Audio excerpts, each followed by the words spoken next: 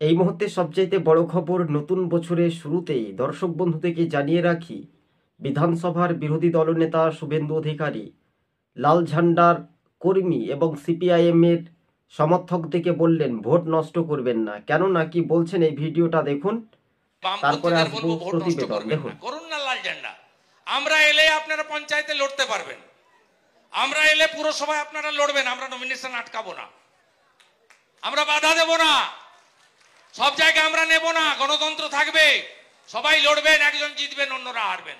একে তাড়াতে হবে, আগে একে তাড়াতে হবে, পিসি ভাইপোকে একে তাড়াতে হবে। রাজি তো সবাই?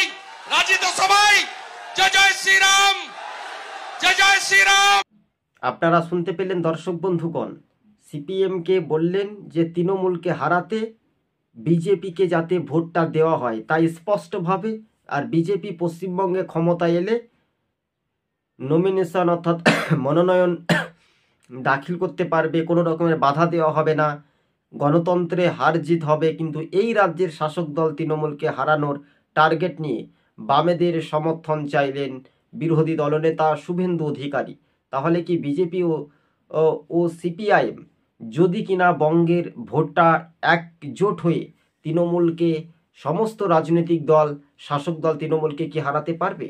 এটাই রাজনৈতিক মহলে জল্পনা তুঙ্গে। সোশ্যাল মিডিয়াতে কার্যত ভিডিওটি ভাইরাল হয়েছে প্রচুর পরিমাণে। টিভি সকাল ইউটিউব চ্যানেলটি ভালো লাগলে সাবস্ক্রাইব করে সঙ্গে থাকবেন।